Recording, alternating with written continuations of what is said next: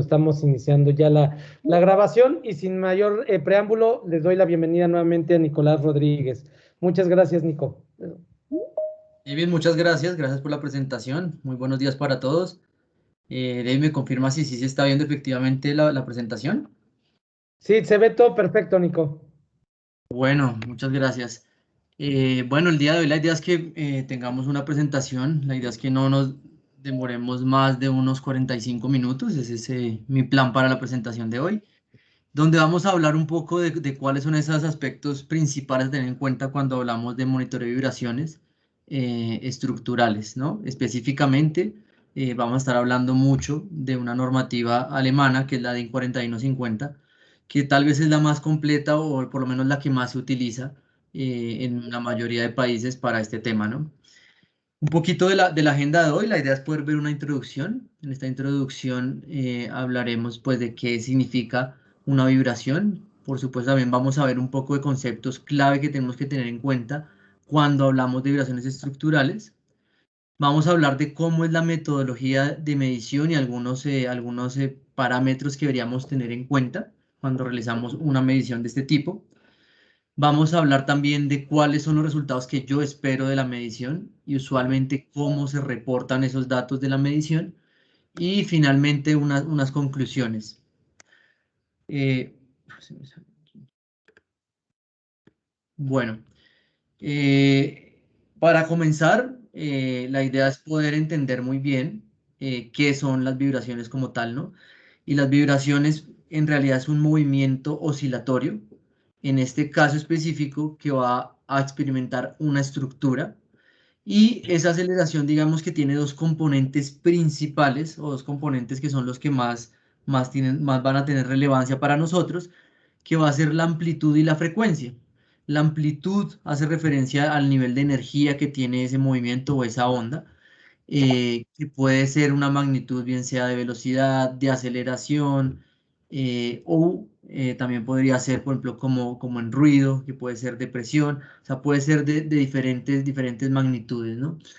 Y la frecuencia, que básicamente en la imagen de la izquierda, lo que ustedes están viendo es una gráfica de dos ondas que tienen la misma amplitud, es decir, el mismo valor. Vamos a hablar de que en esta onda hablemos de aceleración. Y a pesar de la misma amplitud, las dos tienen diferente frecuencia, que es cuántas veces la onda completa un ciclo por segundo, que eso también se conoce como hertz, un hercio. Y acá pues tenemos un ejemplo de una que está a un hercio, o sea, un ciclo durante un segundo, y otra de 10 hercios que completa 10 ciclos durante el mismo segundo. ¿Por qué digamos que es importante esto? Un poco digamos que lo que quiere mostrar este video de la derecha es exactamente ese movimiento oscilatorio en una estructura, que es lo que más vamos a enfocarnos hoy, pues tiene un efecto sobre esa estructura, y por supuesto que cada estructura tiene unas características especiales que hacen que una onda a una amplitud y a una frecuencia puedan tener algún efecto negativo sobre la misma. Y esa misma onda puede que nos afecte a una estructura como no nos afecta a otra, que es de hecho el objetivo de este tipo de mediciones, poder determinar qué efecto está teniendo esa onda en nuestra estructura.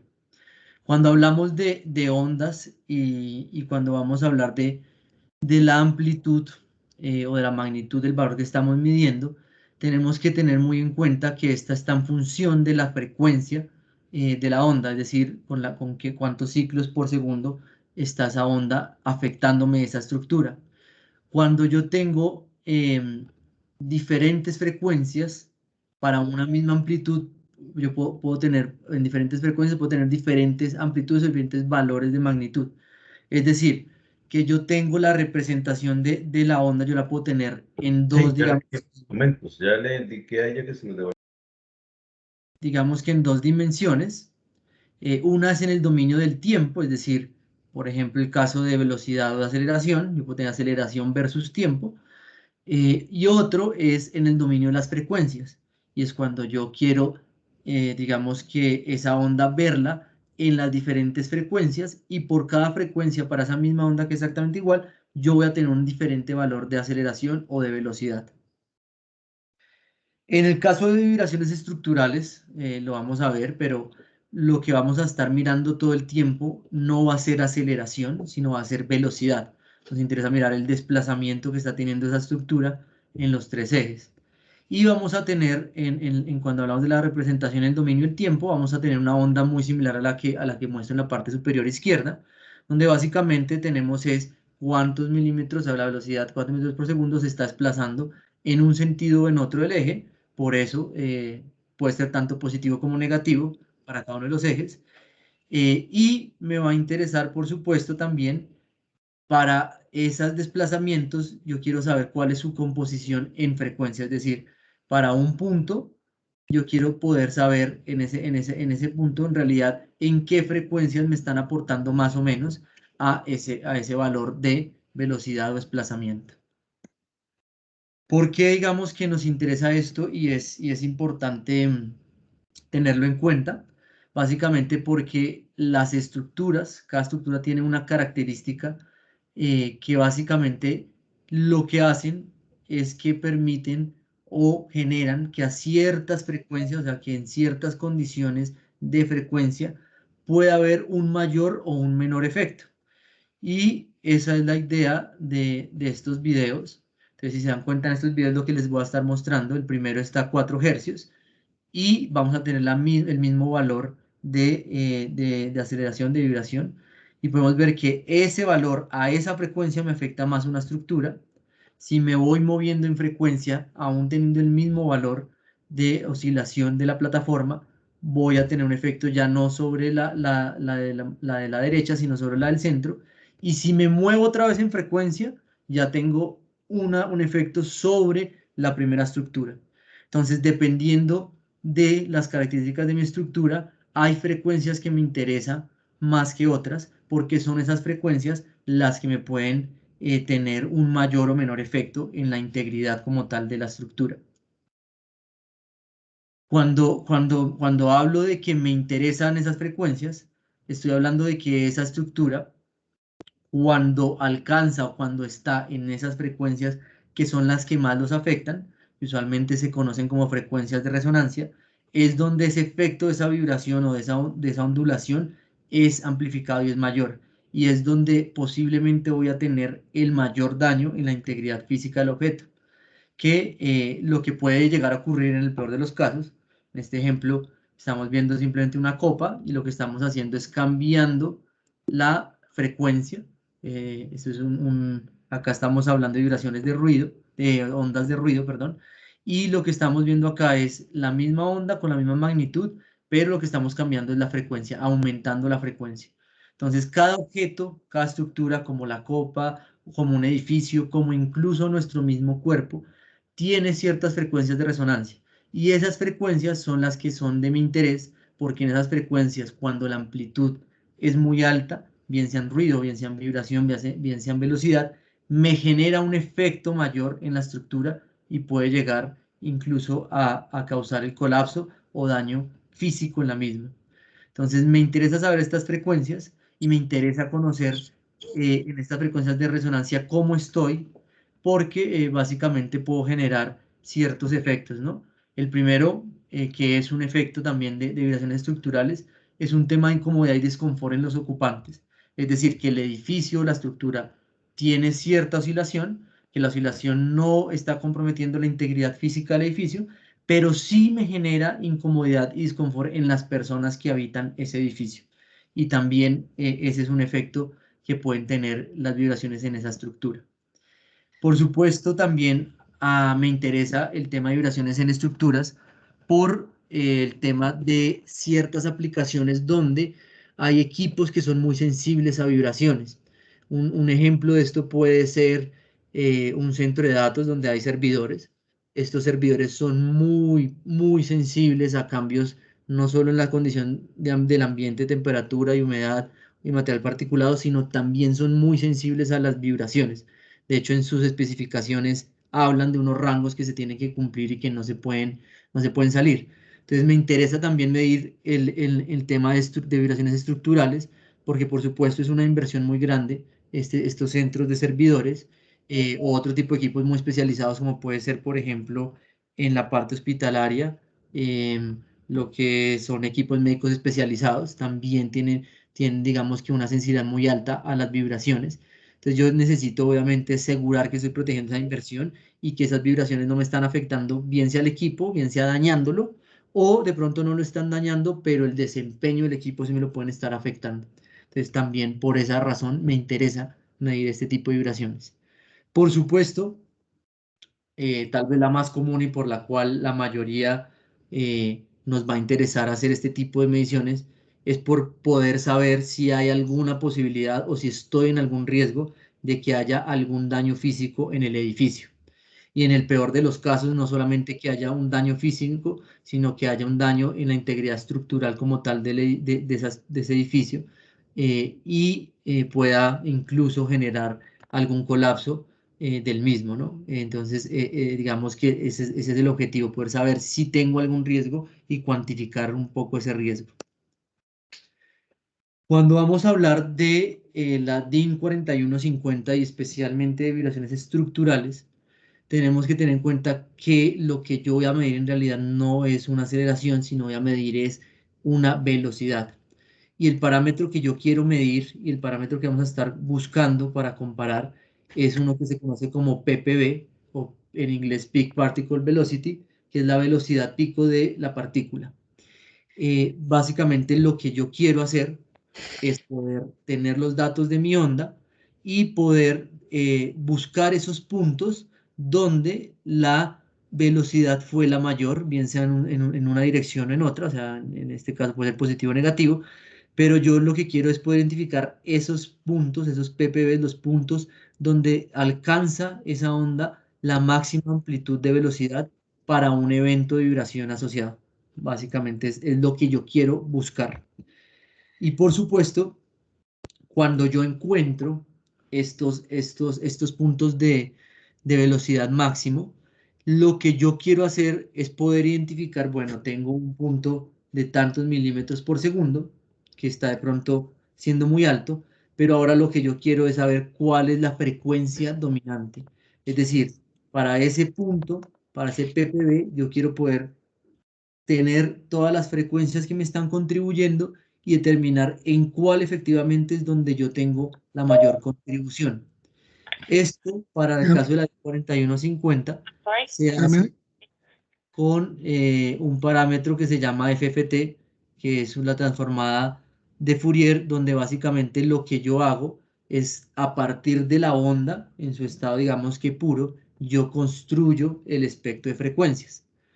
Básicamente esto es lo que yo hago. Entonces encuentro el ppb y en ese ppb yo construyo con el FFT el espectro de frecuencias donde yo puedo identificar cuál es la frecuencia dominante o la frecuencia donde la velocidad efectivamente es la mayor y por ende es la que prevalece y la que más me contribuye.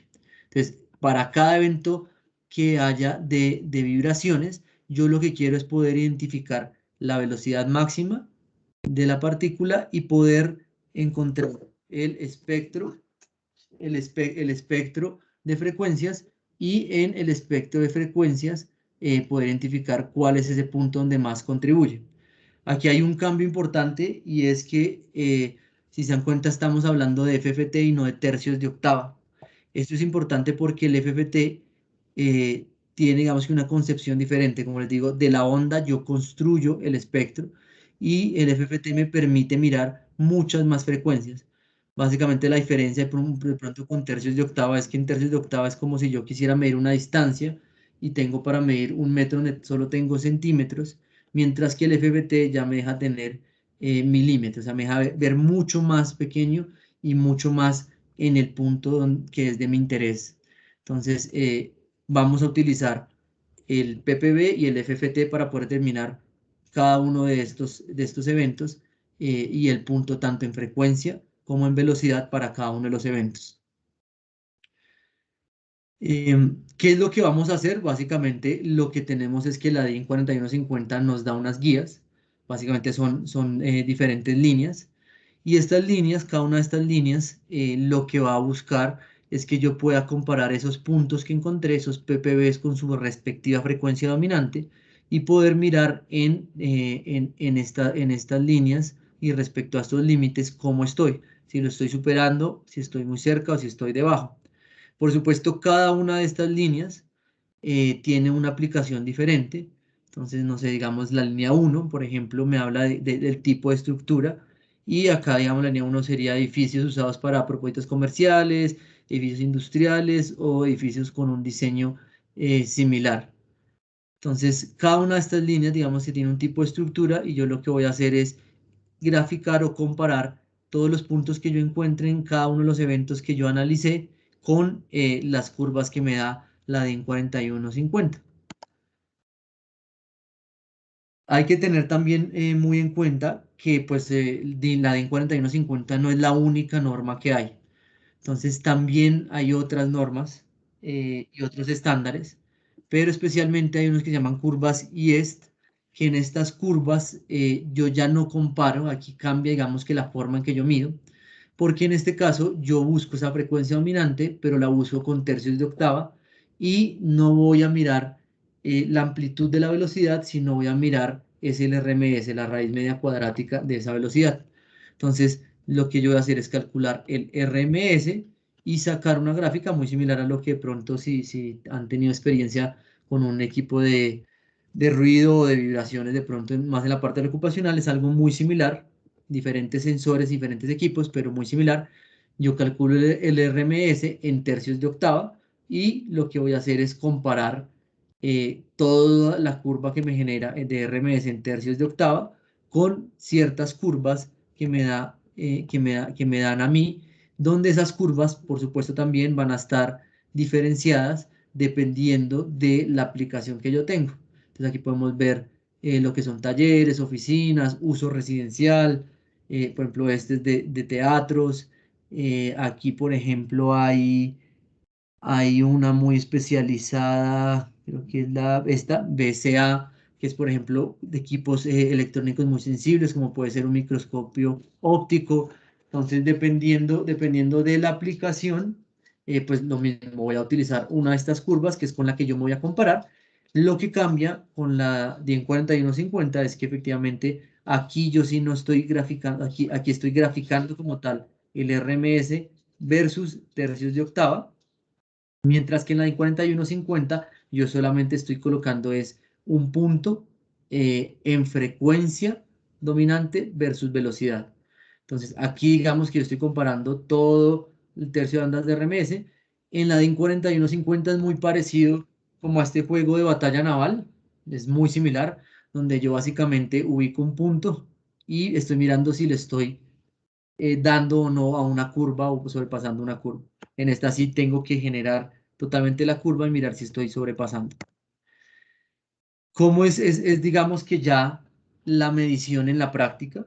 Esta es una fotografía de una medición real. En este caso específico se está utilizando un equipo de Svantec, un modelo 958, pero por supuesto se puede utilizar, o sea, la normativa es la misma, solamente pues que el equipo tiene que cumplir obviamente con diferentes parámetros, ¿no? Pero básicamente en la práctica lo que vamos a realizar es, primero tengo que identificar muy bien pues cuál es mi fuente y qué es lo que estoy buscando medir de esa vibración en la estructura. Después tengo que escoger un método de medición, o sea, con cuál metodología voy a hacer esa medición. Esa metodología, por supuesto, también me va a asociar unas características técnicas que va a tener el equipo de medición como tal. Después tengo que configurar ese equipo respecto a esa metodología que escogí, y los parámetros del equipo deben estar alineados para poder obtener los datos que necesito y poder compararlos con lo que yo quiero comparar, ¿no? Después vamos a realizar la medición, que por supuesto no es un tema menos importante. Hay ciertas recomendaciones que hay que tener en cuenta cuando ubico los sensores, dónde los ubico. Y finalmente, pues tenemos ya el tema de cuáles son los resultados, cuáles son los reportes que debería generar, y cuáles, digamos, que son un poco las conclusiones que puedo generar con los datos con un equipo como estos. Cuando hablamos en primera instancia de identificar las fuentes, antes, digamos, que identificar las fuentes, es importante que tengamos muy clara cuál es la normativa de referencia, ¿no? Digamos que la DIN 4150, la parte de medición y donde están las curvas que les mostraba en algunas diapositivas anteriores, esa parte se ubica en la DIN 4150 en la parte 3. Pero la DIN 4150 tiene varias partes. Entonces, en las otras partes, lo que nos va a hacer es que nos va a hablar de cuál es el equipo de medición que yo necesito, es decir, cuáles son las características técnicas que debe cumplir el equipo, así como también nos va a hablar de algunos procedimientos que yo debo hacer y recomendaciones que debo tener en cuenta cuando hago este tipo de mediciones. Otra que también es muy importante es esta DIN 45669, que esta también me habla de los equipos, de las características que tiene el equipo y de los procedimientos de medición. Y hay alguna que otra muy específica, como por ejemplo puede ser la última que anunció acá, que esta, por ejemplo, es cuando queremos hacer mediciones ya en sistemas de suministro de gas que son usualmente presurizados y que tienen otras características. Pero esto, digamos que van a ser las normativas que podemos consultar, donde por supuesto va a haber mucha más información que la que voy a poderles ya dar yo en 45 minutos. Pero básicamente con estas normativas es que yo puedo definir muy bien la fuente y el tipo de instrumento que utilizar. En estas normativas me van a explicar, me van a pedir cuáles son los rangos de frecuencia, qué tipo de sensor debería utilizar yo, cuál es, digamos, que la clase del instrumento que yo voy a utilizar, entre otras, ¿no? Y la parte 3, específicamente, como les mencionaba, va a ser la que me va a dar la guía para poder comparar los datos de medición con las curvas que vimos. En estas normas, cuando hablamos de poder escoger la fuente, básicamente vamos a hablar de que efectivamente la fuente de vibración va a cambiar ciertas características dependiendo de lo que yo quiero medir. En el caso, digamos, de frecuencias, por supuesto va a cambiar el rango de frecuencias que yo quiero utilizar. Usualmente en el tema de vibraciones estructurales, las frecuencias que nos van a interesar va a ser de 1 hasta 350 Hz, es como el rango que usualmente los equipos, bien sea un Symantec o cualquier otro, debería permitir medir y debería poder permitirme hacer el FFT para determinar las frecuencias dominantes. Por supuesto, si yo tengo otro tipo de fuente de vibración, como podría ser un terremoto, pues y por eso utiliza otro equipo diferente, porque el rango de frecuencia es muy diferente al que vamos a evaluar ya cuando estamos mirando estructuras por vibraciones, como puede ser el paso de un tren, el paso de un metro o alguna otra de estas fuentes, ¿no? Estas, digamos, que son las que más nos van a interesar y las que más vamos a mirar. Y por supuesto también nos va a indicar cuál es el rango de amplitud que debe tener el acelerómetro y el que yo debería querer y poder medir, específicamente el PPB o el RMS, dependiendo de la metodología que utilicemos. Pero básicamente este rango, el rango, digamos que hay dos rangos principales, uno bajo y uno alto, dependiendo de la metodología que utilicemos. Por supuesto que los equipos permiten, dependiendo de lo que queramos hacer, configurar estos rangos y configurar cuál es, digamos, que mi interés, ¿no? Tanto en frecuencia como en la amplitud de ese PPB o del RMS que yo quiero identificar.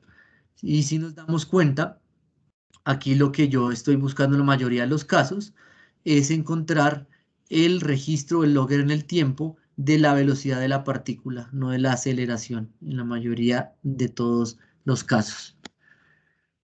En el tema de filtros, por supuesto el equipo también va a utilizar ciertos filtros, como lo podemos hacer en ruido, por ejemplo, y los filtros que vamos a utilizar básicamente son dos filtros principales, que estos filtros son prácticamente planos, o sea, es decir, no me están castigando. El valor, digamos, que en la mayoría del rango del filtro es 1, es decir, lo que estoy haciendo básicamente es guardar la señal, digamos que cruda, de la onda como tal, para yo poder generar el espectro. Entonces, cuando yo ya defino, por supuesto, cuál es el tipo de vibración que quiero medir, cuando defino cómo quiero medir, si quiero medir aceleración o si me interesa la velocidad, y cuando también defino qué normativa es la que busco cumplir, pues ya podemos empezar a distinguir qué metodología es la que queremos utilizar. Entonces, si efectivamente yo lo que necesito medir es el PPV y estoy midiendo velocidad y me interesa es medir el efecto en estructuras, pues lo que yo voy a tener es pues medir el PPV y el FFT, donde tenemos básicamente estas tres normas. La más común y la más utilizada es la DIN 4150, pero también hay un British Standard y una ISO, que cambia de la una a la otra, principalmente las curvas que son con las que yo comparo, pero la metodología es exactamente igual, es buscar un PPV, el pico de la partícula en velocidad, y a ese pico aplicarle FFT para poder hallar el espectro de frecuencias e identificar cuál es la frecuencia dominante. Si yo lo que necesito es medir el RMS de velocidad y me interesa mediciones en estructuras, usualmente lo que utilizo va a ser el RMS en tercios de octava, y usualmente acá tenemos las curvas IEST y también alguna que otra regulación local que pide tener, digamos que estos datos para poder comparar. Y si yo lo que estoy buscando es aceleración, yo lo que estoy buscando es medir el efecto en humanos. Ojo, porque aquí no estamos hablando de salud ocupacional, o sea, no estamos hablando de evaluar una dosis de vibración en la persona, sino estamos hablando es de evaluar el efecto de la aceleración o de la estructura como se está moviendo en la persona.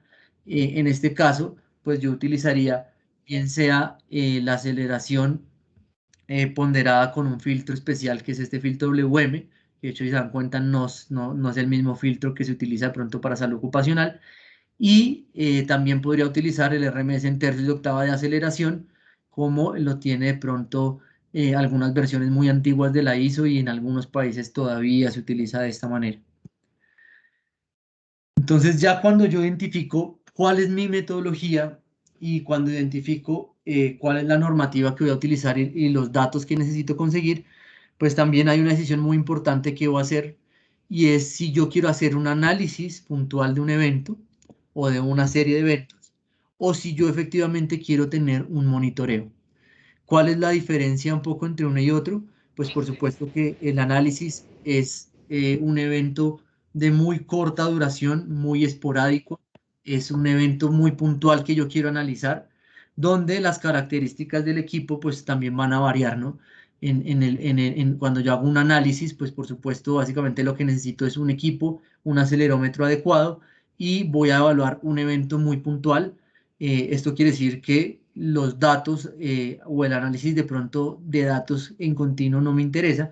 Me interesa es poder tener los datos y poder hacer de pronto el procesamiento ya no de forma inmediata, sino ese procesamiento ya lo hago con un software después. En el caso, aquí es importante tener en cuenta que en el mercado hay varios equipos y varios tipos de equipos, ¿no? Hay equipos, como por ejemplo es el caso del Svante, que graban la onda como tal y me hacen los cálculos y el análisis en el equipo, es decir, me entrega de una vez todos los valores en el equipo. Hay equipos que lo hacen de otra manera, que lo que hacen es grabarme la onda, y yo con esa onda tengo que ir a un computador, y en el computador analizo con un software especial la onda para generar el espectro y generar los PPVs con sus respectivas frecuencias dominantes, ¿no? Entonces, este tipo de análisis pues me permite obviamente hacer una evaluación y poder tomar de pronto alguna decisión, o por lo menos saber cómo estoy y si efectivamente hay algún riesgo. La otra opción es un monitoreo, que el monitoreo pues ya estamos hablando de una medición que tiene una mayor duración, que puede ser incluso de meses o incluso todo el año si yo quisiera. Y por supuesto aquí el parámetro tal vez más importante a tener en cuenta es el tamaño y manejo de los datos, ya que mientras que aquí estoy tomando un dato puntual y grabando la onda, aquí lo estoy haciendo todo el tiempo con los diferentes eventos que estén ocurriendo. Es diferente el peso como tal del archivo que tienen este tipo de ondas que guardamos acá, a lo que podemos tener otro tipo de equipos como un sonómetro o como un equipo de vibraciones convencional para salud ocupacional. Mientras que en esos equipos los archivos son muy livianos y yo puedo tener muchísimos archivos en el instrumento. En este tipo de archivos son muy pesados. Entonces tengo que tener muy en cuenta en este tiempo de medición, estar seguro, por supuesto, que va a poder manejar esa cantidad de datos y ese peso de esos datos, ¿no? La otra gran diferencia de un monitoreo, pues es por supuesto que yo voy a tener ya no un procesamiento, digamos, que llevo los datos y me siento con el equipo a analizarlos, sino tengo algunas plataformas donde yo en la nube ya puedo incluso tener los resultados y tener alarmas, tomar decisiones de pronto ya inmediatas, incluso tener reportes inmediatos para que una persona que tenga la autonomía de tomar decisiones pueda tomarlas en el momento que ocurre una vibración. Las alarmas, digamos que en estos sistemas de monitoreos se manejan de varias formas. La primera forma es una alarma puntual, es decir, cuando yo tengo el equipo, tengo un evento que me genera una alarma. Lo que yo hago es, por supuesto, tener o bien sea una alarma local que me avise a una persona en el sitio donde es la fuente de vibraciones o en el sitio donde es el receptor de la vibración, o también puedo tener algún tipo de alarma donde yo envío, bien sea no solo el estado de alarma, sino de pronto los datos como tal de ese evento de vibraciones, para que una persona de pronto que tiene más capacidad técnica o más autonomía pueda de pronto tomar alguna decisión que puede obviamente impactar en la operación, bien sea una mina o una construcción. No es fácil tomar una decisión de, bueno, vamos a parar de la construcción o vamos a parar de hacer alguna explotación. Entonces, alguien que analice esos datos, pues tiene que tener esa capacidad técnica de estar seguro de la decisión que está tomando, ¿no? Pero por supuesto, siempre que pasemos un límite preestablecido, pues voy a tener una alarma puntual. La otra forma, y es un poco como se utiliza en la mayoría de países, especialmente europeos, es teniendo alarmas multipunto, donde yo lo que tengo es un sistema de monitoreo en la fuente, un sistema de monitoreo en el receptor, y lo que yo hago es correlacionarlos.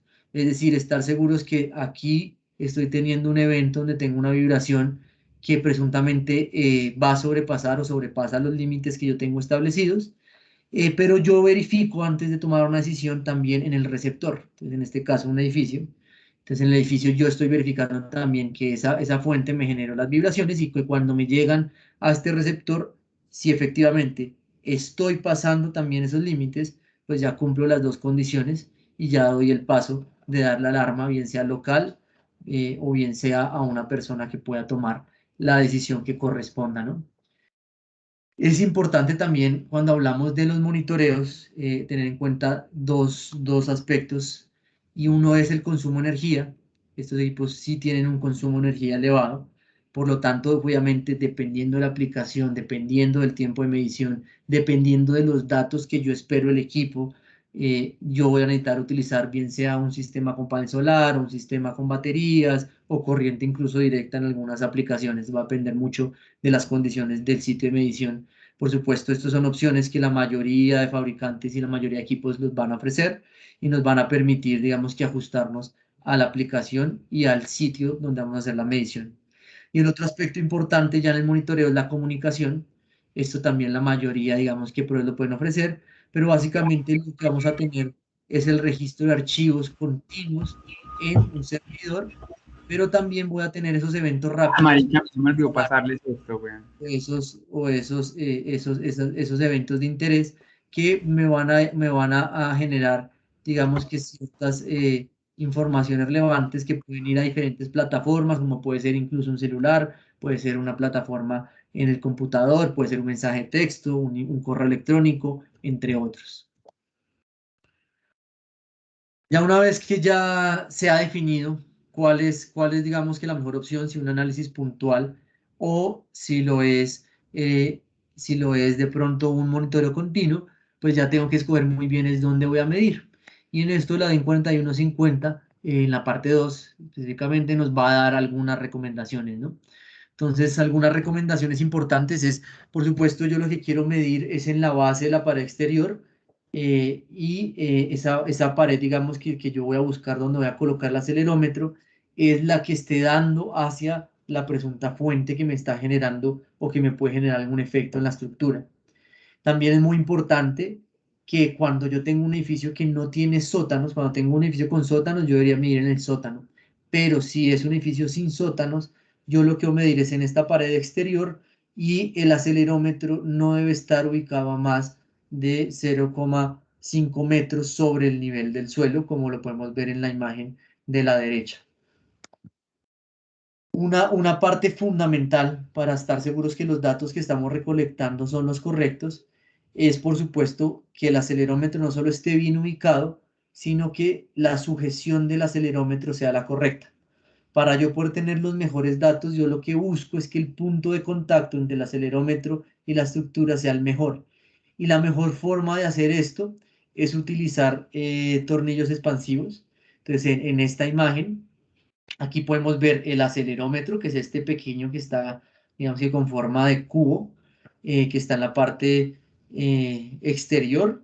Y ese acelerómetro se ensambla en un plato, que este plato como tal ya le da un peso, que permite obviamente pues que el acelerómetro no se esté moviendo fácilmente y que las vibraciones que estemos capturando no sean por el movimiento del acelerómetro, sino por la vibración que efectivamente la estructura está recibiendo. Y en este plato, en el caso puntual de este equipo, pues tenemos los orificios, y en estos orificios yo lo que puedo colocar es estos tornillos expansivos y anclarlo a la pared donde yo quiero medir, como lo veamos de pronto en las fotografías anteriores, y así ya puedo estar seguro de que está bien. También se pueden utilizar en algunos casos imanes o también algunos adhesivos. En algunos casos no es lo mejor siempre es poder tener, digamos que ese acelerómetro de la forma más firme, anclado, pero hay casos donde yo de pronto por las condiciones pues no voy a poder hacerlo y necesito de pronto utilizar algún imán o algún adhesivo, alguna cinta de este tipo de doble faz que podría utilizar, ¿no? Aquí hay algunos ejemplos en la parte derecha donde podemos ver está solamente el acelerómetro, en este caso no tenemos el plato, o también un ejemplo, digamos de la parte superior que estoy mencionando, mostrando con mi cursor, es un caso específico donde yo estoy evaluando ya la vibración de la estructura y el efecto en las personas. En este caso coloco el acelerómetro con el plato, este plato es pesado, el plato donde se coloca el acelerómetro, y de hecho también tiene un sistema de nivelación para yo poder estar seguro que está firme, capturando, digamos, que esas vibraciones. De hecho, no sé si se alcanzan a ver, pero en este equipo están midiendo tanto las vibraciones como acá están midiendo también ruido en este ambiente, ¿no? Entonces, esas son, digamos, algunos ejemplos de cómo se colocaría el acelerómetro para hacer la medición. También cuando yo quiero medir en computadores o en instalaciones eléctricas que son sensibles, como lo hablamos, también en ciertas aplicaciones donde pueden ser muy sensibles a vibraciones, yo lo que busco medir es en la base del marco del equipo. Digamos aquí en este ejemplo es una instalación eléctrica, acá tengo un 958, donde de hecho estoy midiendo, en este caso, en la base del marco del equipo, si se dan cuenta es el acelerómetro para poder medir bajo la DEN 4150, y adicionalmente, si se dan cuenta, este equipo como tal tiene un sistema de amortiguadores que está diseñado pues para minimizar la vibración, y adicional a este DEN 4150, si se alcanza a ver, no estoy seguro, pero aquí hay otro acelerómetro. Este es un acelerómetro que es de un solo eje, no es triaxial, y me permite también tener, digamos que datos para poder verificar pues cuál es el efecto que está teniendo esos resortes, ¿no? Ese sistema de amortiguación. Entonces, es importante también algunas otras recomendaciones que nos hace la 4150 es cuando vamos a hacer una medición, usualmente quiero hacer la medición en la base de esa estructura, ese edificio, y en el piso más alto.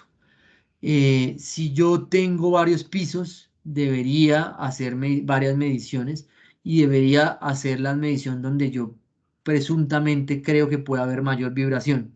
En este tipo de mediciones siempre lo que queremos es sobreestimar y no subestimar el riesgo, ¿no?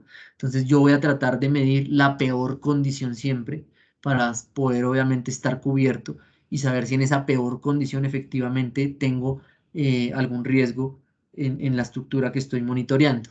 Usualmente cuando mido ya en el piso como tal, yo lo que debería también es ubicar algún punto de medición que sea en el centro de ese piso.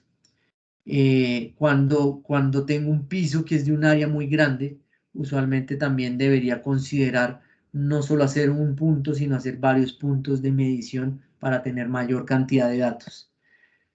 También en estos puntos, como lo hablábamos, yo lo que voy a tratar de hacer es siempre estar lo más cerca a la fuente de vibración como tal. Y cuando tengo también un edificio, una estructura que tiene mucha altura, por ejemplo, un edificio que tenga más de 4 pisos o 12 metros, yo debería por cada 4 pisos agregar en el piso más alto o en el piso más alto un punto también de medición para poder tener los datos de vibración en este punto. Ya cuando yo ubico obviamente correctamente todo el equipo, pues efectivamente el equipo también tiene que estar bien configurado.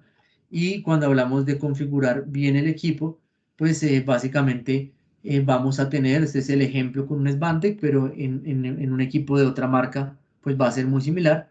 Yo lo que voy a hacer es escoger el estándar sobre el cual quiero medir, escoger la curva con la que quiero comparar, cuál es el rango de amplitud que yo estoy buscando y el rango de frecuencias que es de mi interés, ¿no? Entonces, en Symantec y seguramente también en otras marcas se puede hacer, y es mi recomendación, se recomienda es que se maneje no una medición continua, porque como les mencionaba, los datos son muy pesados, sino se graba por eventos.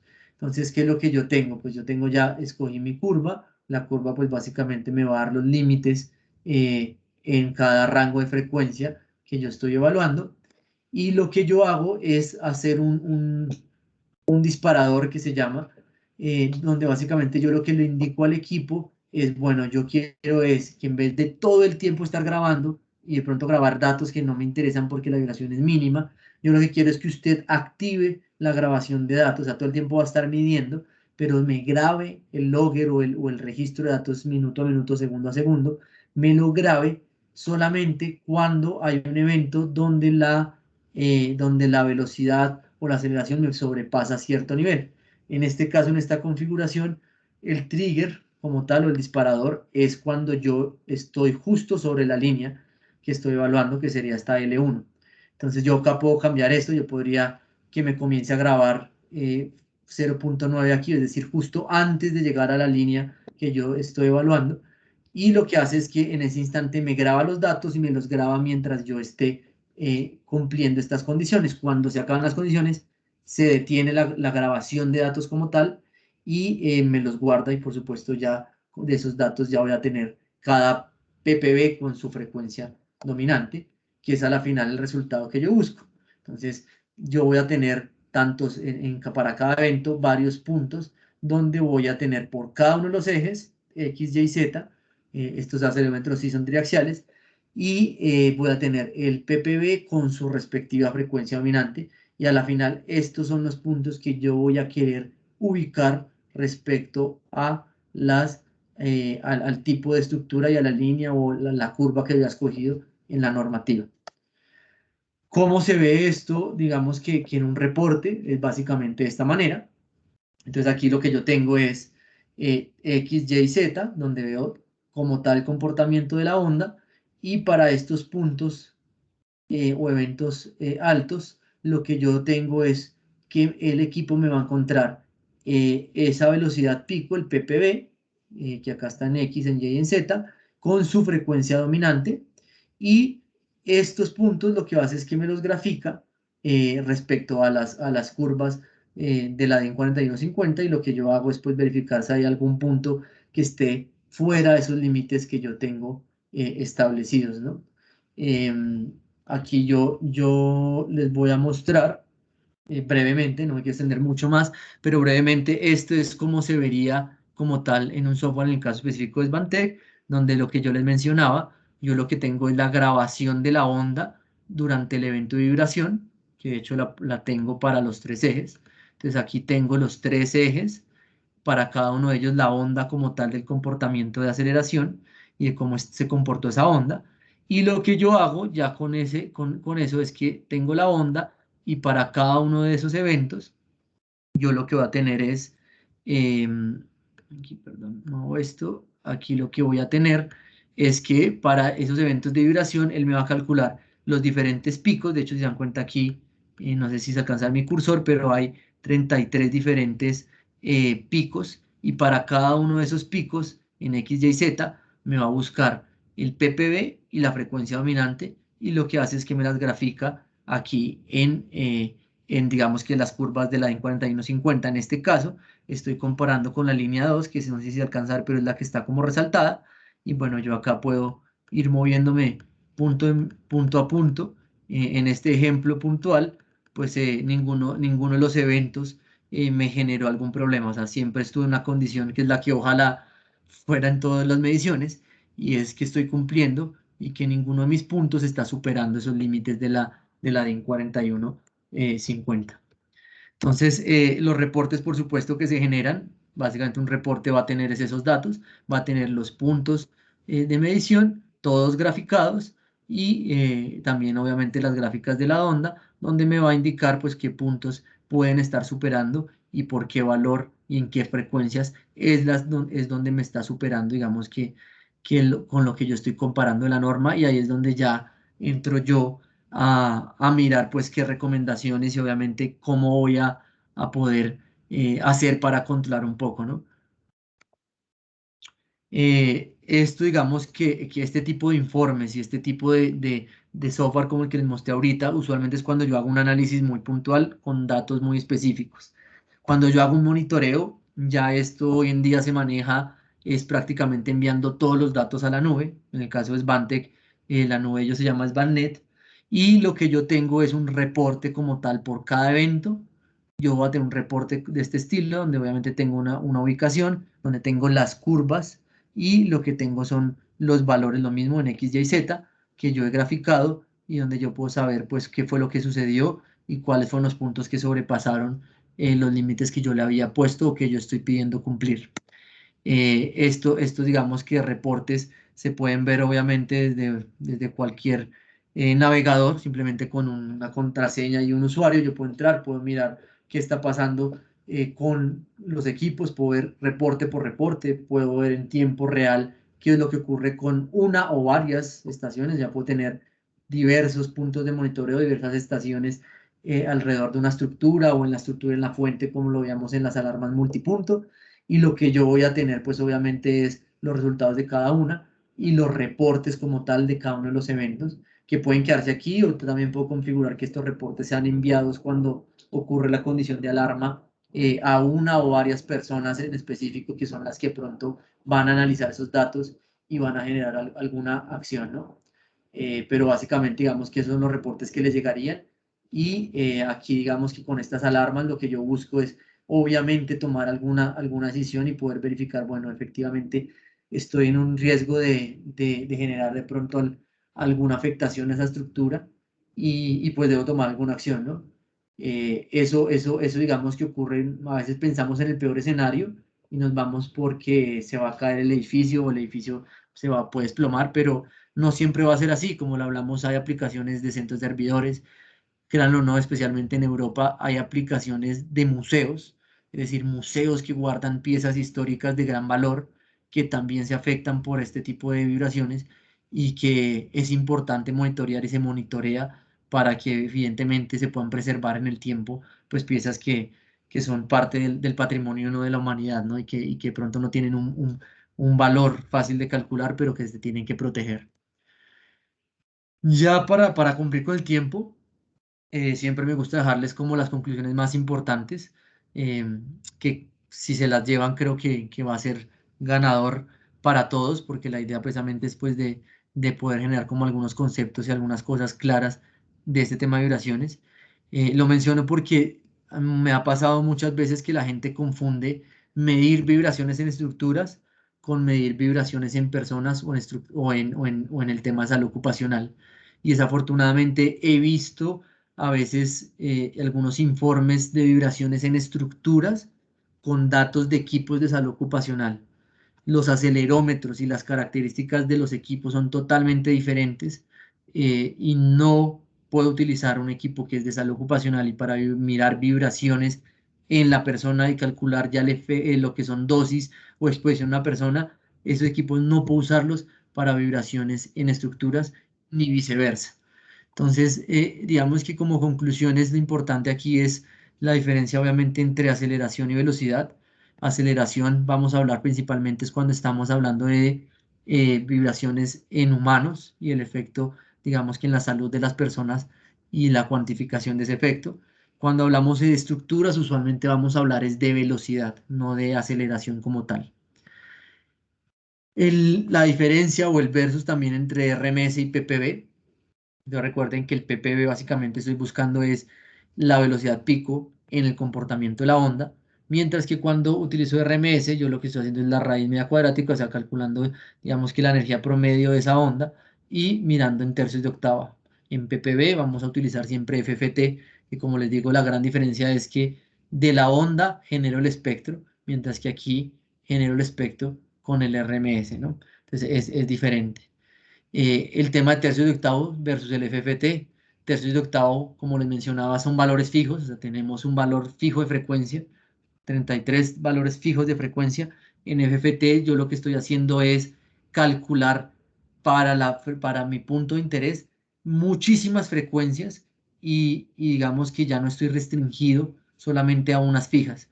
Y esto es importante porque de hecho, si nosotros lo miráramos, lo que suele ocurrir es que yo puedo tener que en medio de dos frecuencias o de dos tercios de octava, puedo tener un comportamiento de una onda donde sube, baja y vuelve a subir. Y de pronto yo no estoy cuantificando, o sea, si no alcanzo a tomar esos picos, pues no estoy cuantificando lo que pasa en el medio, digamos que esas dos frecuencias. En el FFT no ocurre esto, o por lo menos se minimiza mucho más.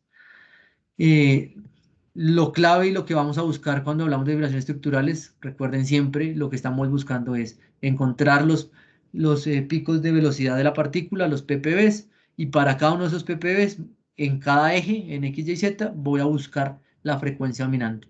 Entonces, al final lo que yo tengo es varios ppbs con varias frecuencias dominantes y cada uno de esos puntos yo los grafico versus la DIN 4150.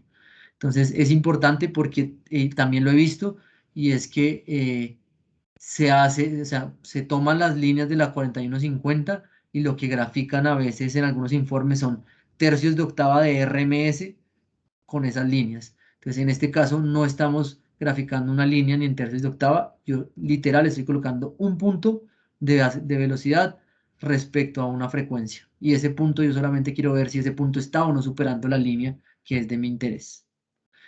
Y por último, pues por supuesto el tema de monitoreo versus análisis, pues obviamente esto va a depender, en realidad son muy complementarias.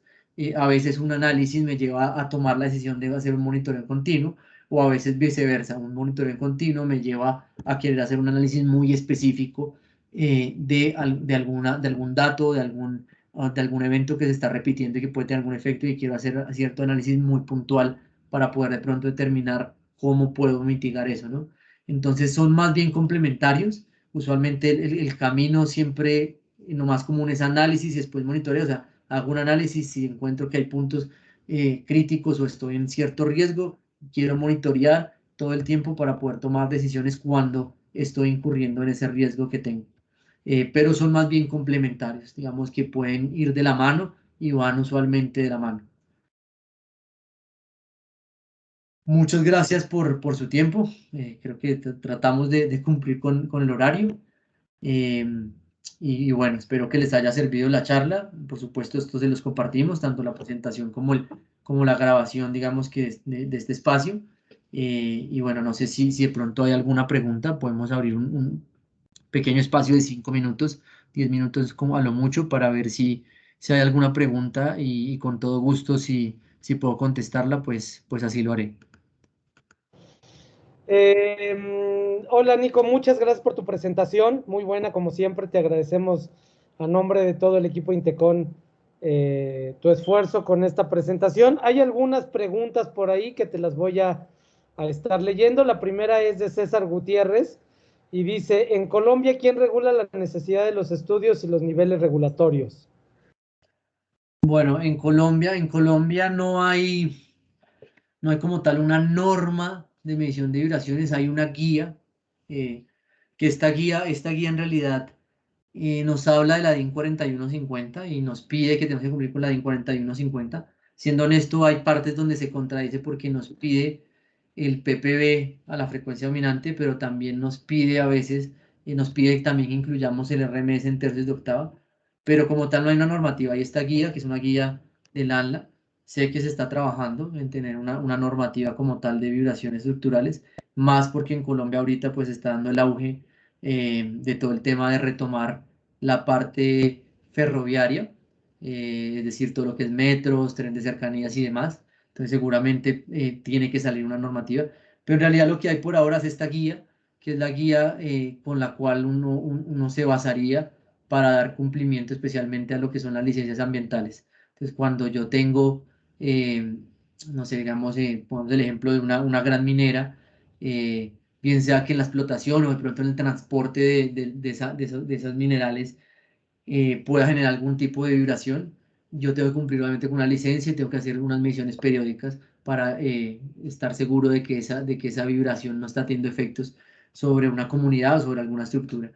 Entonces, esta es la guía que se utiliza como tal, pero si no hay una normativa que, como tal que diga es una norma y hay que medir vibraciones estructurales y se mide así, así no. O sea, básicamente es esta guía, que la guía literal te dice básate en la 4150, te pide ciertas cosas, pero como te digo, sí hay una parte confusa, porque sí les pide 4150, pero hay una parte donde les habla de tener tercios de octava. Igual la mayoría de equipos en el mercado lo pueden hacer, o sea, un equipo como el 958 te va a poder entregar tanto tercios de octava como FFT, si tú lo quieres así, lo puedes tener ambas cosas. Y de hecho, con grabar la onda como tal, que por eso es que estos archivos son muy pesados, yo con los diferentes software de Svantec o con los otros proveedores, yo con esa onda puedo calcular los parámetros que yo quiera. Entonces puedo calcular, por ejemplo, RMS y puedo calcular tercios de octava si yo quisiera hacerlo. Muy bien, Nico, muchas gracias.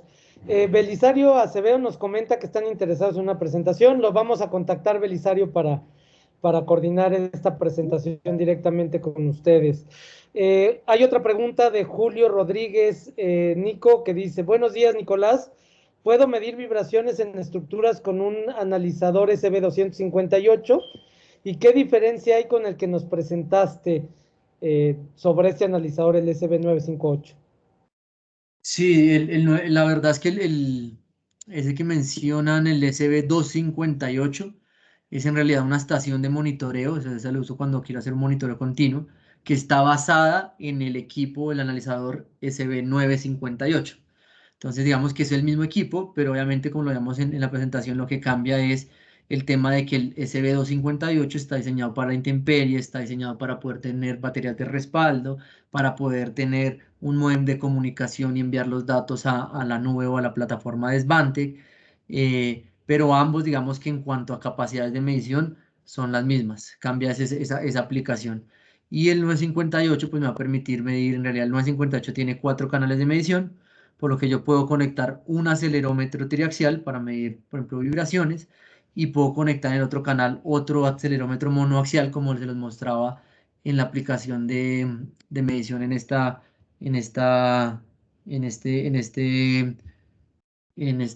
como contenedor de equipos eléctricos, donde ellos tenían un acelerómetro triaxial para la DIN 4150 y uno monoaxial que me da datos en un solo eje para poder saber cómo se comportan los resortes y poder hacer un poco de control. O también incluso en ese canal podría conectar un micrófono, que lo hacen muchos consultores. Entonces tengo vibraciones estructurales y tengo también ruido, para cumplir de pronto con un tema de ruido ambiental, ¿no? Bien, y con muchas gracias. Alejandro Ardila nos pregunta, ¿cuál filtro se debe utilizar para la DIN 4150-3, DIN 80 o DIN 315? Con un monitor SB106 y un sensor SB84. Bueno, aquí digamos que primero contesto la segunda parte y es el 106 y el S84 sí te van a servir para hacer ciertas mediciones, pero esas mediciones van a ser más del efecto de la estructura en la persona. Básicamente porque el 106 no tiene, digamos que las capacidades ni de FFT, ni tiene las capacidades de poder medir en esos rangos de frecuencia que pide la 4150. Entonces el 106 yo no lo recomiendo para el tema de 4150 cuando queremos mirar como tal el efecto en la estructura, Y en cuanto al filtro que recuerde, es el que dice SKB que recuerde. Pero la verdad prefiero confirmar, no recuerdo exactamente cómo se llama el filtro. Lo que sí sé es que es un filtro prácticamente plano. Es decir, como les mencionaba, no afecta, o sea, no está castigando la medición porque lo que buscamos, de hecho, es grabar la onda en su estado, digamos que original. Gracias, Nico. Julio Rodríguez nos vuelve a preguntar, siempre que se vaya a medir vibraciones estructurales, ¿debo usar FFT y tercio de octava de bandas? No, en realidad va a depender de la normativa, la metodología que uno escoja. Lo más común, pues en el caso de la DIN 4150 va a ser FFT. En el caso de alguna otra puede ser tercio de octava, pero en realidad no es que tengas que tener las dos. Eso pasa, lo que les mencionaba en la guía que hay para Colombia específicamente, habla como de las dos cosas y es un poco confuso. Pero para ser estrictos con la DIN 4150, en realidad no, necesitas es el FFT y, y medir la velocidad de pico de partícula. Muy bien. Gracias, Nico. Juan Diego Mancera nos pregunta, muchas gracias, Nicolás, quedó claro. ¿Estos equipos tendrían aplicación sísmica, por ejemplo, para probaciones cercanas a volcanes o fallas geológicas? Y si pueden trabajar a la intemperie. Sí pueden trabajar la intemperie cuando tienes un equipo como el SB258, que es para monitoreo. Eso sí viene diseñado para trabajar a la intemperie 24/7 y estar midiendo todo el tiempo. Respecto a que puedas medir temas sísmicos, no te va a permitir el equipo como tal medir el tema sísmico, no te lo va a permitir. Lo que sí podrías medir es en la estructura, en la fuente, si llegara a haber un tema sísmico, es si está afectando a esa estructura, pero como tal identificar un sismo no. O sea, no sé si recuerdan, pero en la presentación digamos que el rango de frecuencia y la amplitud son muy pequeñas, muy pequeñas, y digamos que el acelerómetro como tal que usa el equipo de Svantec no va a permitir ese tipo de mediciones. Gracias, Nico. Paul Quispe tiene otra pregunta. Dice, ¿cuándo se tiene que evaluar una fuente de vibración estructural? ¿Cuándo se tiene que evaluar? Bueno, esta pregunta, digamos que a ver, no, usualmente cuando se evalúa es cuando yo tengo, digamos, algo de valor, es decir, como les mencionaba, puede ser un museo, como es el caso muy común en Europa, que hay tantos museos. Entonces, tengo un museo, tengo cierto elementos de valor que quiero proteger. Entonces, yo quiero medir, estar seguro que si algo, hay alguna vibración no me está afectando. En el caso, por ejemplo, también de aplicaciones como es un centro de servidores, es mucho dinero que está invertido y yo quiero estar seguro que si empezaron a hacer un edificio al lado o algo al lado, pues no me está afectando bien sea el desempeño de esos servidores o de esos computadores, o en el peor de los casos que lo esté dañando. En el caso, digamos que de estructuras como tal, usualmente es o bien sea porque hay alguna queja, es decir, alguien se está quejando, es decir, me está diciendo, no, yo estoy teniendo problemas, mi casa, que ocurre bastante, mi casa se va a caer o estoy viendo grietas, estoy viendo efectos por la operación de un tren, entonces necesito pues que me midan y me digan qué va a pasar. Ese es el caso más común, que es cuando hay una queja como tal. Y a veces pues también ocurre simplemente por normativas, ¿no? O sea, aquí en Colombia, insisto, ahorita pues está dando el boom otra vez como a recuperar los temas férreos y seguramente cuando eso ocurra va a haber mayor exigencia de medir en cercanías a por donde están pasando, digamos que esas vías, bien sea un metro, bien sea de un tren, bien sea un tren ligero, un tren de carga, y seguramente incluso eh, las mismas empresas que operan esto van a tener ciertos sistemas de monitoreo para también protegerse y estar seguros de que no hay ningún efecto de pronto en los vecinos o en la comunidad. Gracias, Nico. Alfredo Gómez Navarro pregunta dónde pueden descargar la norma DIN 4150. Esa norma no, o sea, se puede descargar, esa la consiguen fácil por internet, pero no es gratuita. Toca comprarla, no recuerdo cuánto cuesta, pero toca, digamos que por derechos de autor toca comprarla, pero se puede conseguir en varios portales por internet. Correcto, Nico, gracias. David Scalijo pregunta, hola, si no está nivelado el acelerómetro en una base con su respectivo soporte, ¿las velocidades medidas pueden afectar en la medición o no serían correctas? Sí, sí, correcto. Digamos que el efecto más que todo de nivelarlo bien es que el acelerómetro tiene que estar lo más firme posible. Si no lo nivelas bien, posiblemente lo que puede pasar es que se pueda salir. Digamos que el acelerómetro como tal no pesa casi nada, es muy liviano. Entonces, lo que no queremos es que la vibración que estamos capturando realmente sea de la fuente o de lo que está generando esa vibración y no sea porque esa vibración alcanza a mover el acelerómetro y esté añadiendo, digamos que un ruido en esas mediciones que estás capturando. Gracias, Nico. Y sobre lo mismo, Paul Quispe pregunta, cuando se mide una fuente de vibración como un tornillo de perforación y alrededor de una estación en el terreno o donde el terreno es muy suelto o arenoso, ¿cómo instalarían el acelerómetro en este tipo de aplicaciones? Bueno, en este tipo de aplicaciones, la verdad que lo más común es con esos tornillos de perforación. Tocaría, o sea, lo que te digo, va a depender mucho de dónde se mide. Usualmente con los tornillos basta, o en algunos casos con el plato que les mostraba, ese sí es pesado, es muy firme, y con ese plato también basta. Pero tocaría ver, o sea, lo que te digo, el plato tiene unos orificios, entonces se podría, digamos que así sea arenoso, de pronto se podría anclar, se me ocurre en este momento, y te lo estoy botando, es como ideas, de pronto como se hace usualmente con una carpa, y es anclándola, digamos que al suelo con ciertos ganchos. Ok, Pero se puede revisar y si es algo muy puntual, Paul, pues con todo gusto también podemos consultarlo incluso con Svantex si han tenido experiencia en un terreno de este tipo como tú mencionas. bien, quedan un par de preguntas, Nico. Vamos rápido a ellas. La primera creo que ya la había resuelto, pero Alejandro Ardila pregunta, si se activó la función FFT al monitor SB106, ¿me podría funcionar mejor o estaría limitado porque el SB106 usa el detector RMS y no el PIC? Estaría limitado porque que recuerde, eso también tendríamos que verificarlo, que recuerde el 106 no tiene la opción de FFT. Entonces no la puedes activar, que recuerde no la tiene. eh, y la verdad que sí estaría limitado. O sea, el 106 yo no lo recomiendo para vibraciones estructurales, la verdad.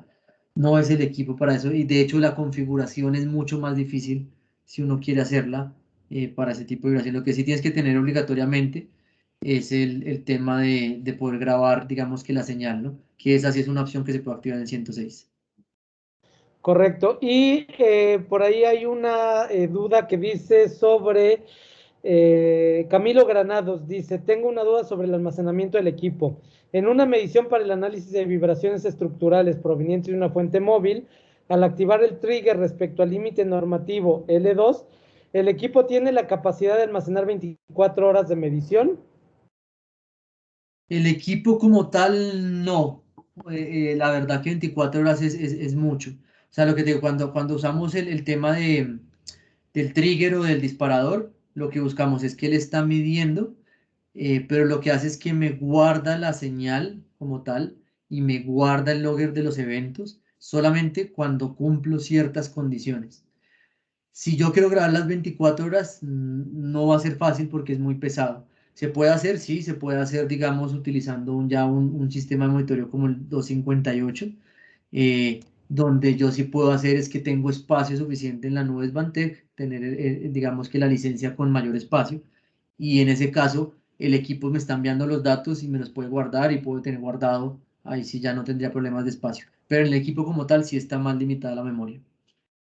Y hay una última que se me hace interesante también, Nico, una última pregunta de Fausto Arango que dice, tengo una pregunta, ¿se hace algún ajuste inicial antes de hacer una medición? Si es así, ¿qué equipo se debe utilizar para realizar ese ajuste? En realidad no existe un equipo para ajustarlo como tal, pero sí se puede hacer una verificación del acelerómetro y esta verificación se puede hacer con un equipo como el SB111 Svantec, que lo que hace es que me genera ciertas aceleraciones en ciertas frecuencias y yo puedo verificar el acelerómetro si quisiera con un equipo de estos y verificar que efectivamente está para esa referencia que genera el 111, me está midiendo correctamente. Muy bien, Nico. Creo que son las últimas preguntas. Por ahí hay un montón de felicitaciones hacia todos. Por ahí acaba de aparecer una nueva de Darío Ceballos.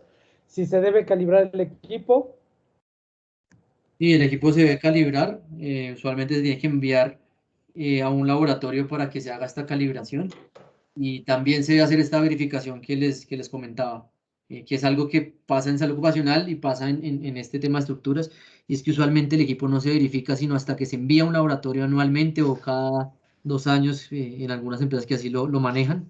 El problema es pues que obviamente si algo estaba mal, pues me entero a los 2 años o al año, ¿no? Entonces sí se debería hacer una verificación.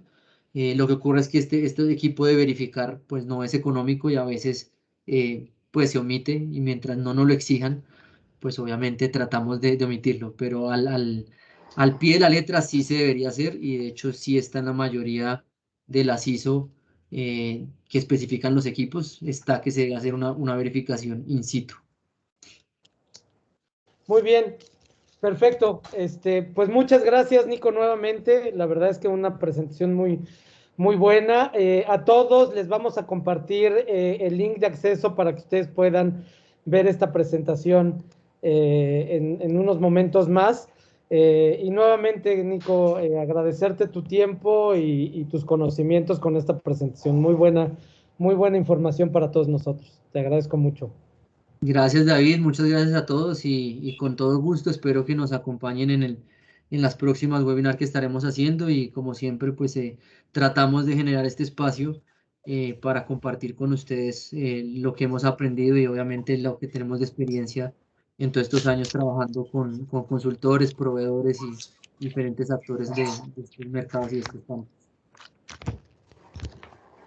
Correcto. Buen día a todos. Muchas gracias por su atención.